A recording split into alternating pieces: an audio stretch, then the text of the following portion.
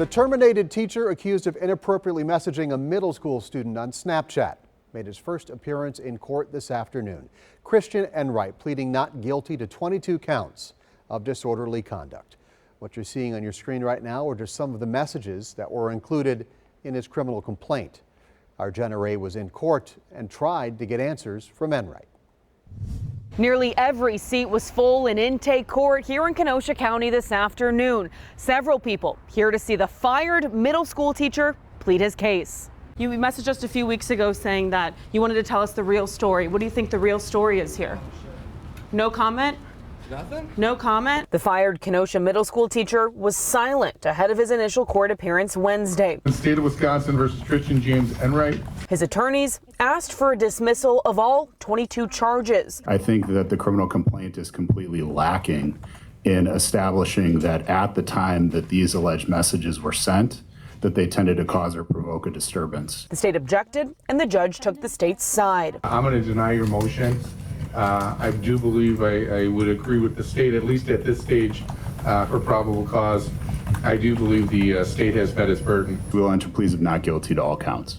A not guilty plea from the terminated teacher who was taken into custody by Kenosha County deputies. I was happy to see that they decided to take him into custody and that, something is actually physically being done about everything we've been preaching about for the last several weeks.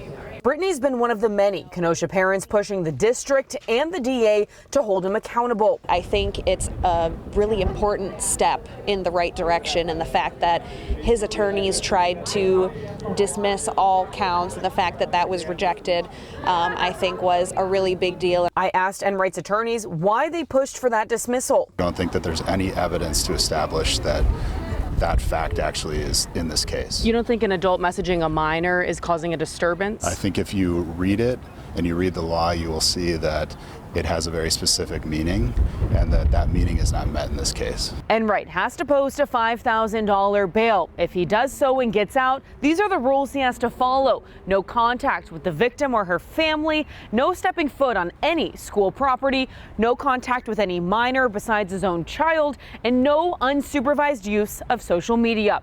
He'll be back in court next month. I'm in Kenosha County. Jenna Rae, TMJ4 News.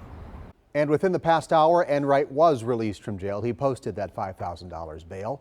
Jenna also spoke to lawyers representing the victim and her family. They intend to file a civil lawsuit against Enwright and the Kenosha Unified School District.